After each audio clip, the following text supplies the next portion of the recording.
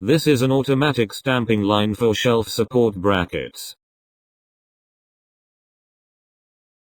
From coil loading to press feeding, the line is arranged for stable, repeatable production. The decoiler supports the coil and feeds strip into the process with controlled payoff. A guiding loop gives the material room to move smoothly before it reaches the feeder.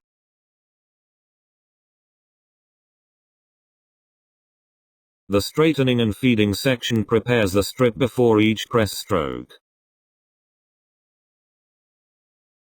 For shelf accessory stamping, stable feed pitch matters more than raw speed. Here, the strip enters the die area and stays aligned through the press cycle.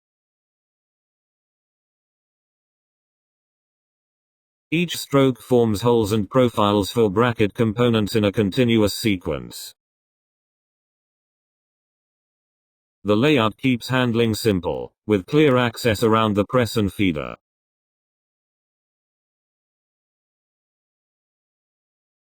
Wide support tables and guide paths help reduce twisting as the strip travels.